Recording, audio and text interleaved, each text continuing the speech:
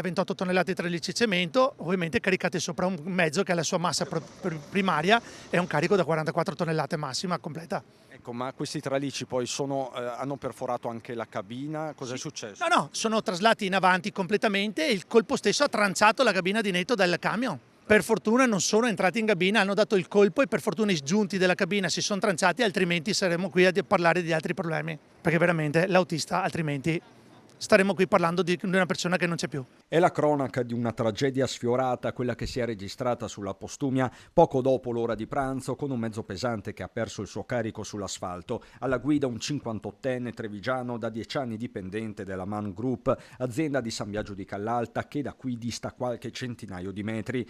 Antonio Tiveron ne è il presidente ed è stato tra i primi ad accorrere sul posto e lui stesso a rassicurare sulle condizioni di salute del suo collaboratore, portato cosciente in ambulanza al Cafoncello. Ho sentito adesso l'autista, mi ha detto che sta bene, tanta paura, una gran botta e adesso stanno finendo gli ultimi accertamenti, ma sta bene, perlomeno fisicamente sta bene. Le ha spiegato la dinamica? Lui ha detto che davanti di lui la macchina del postino ha frenato di colpo e ha girato a destra e lui non è riuscito praticamente a frenare, prima ha già dovuto frenare di colpo e quindi il carico gli si è traslato avanti.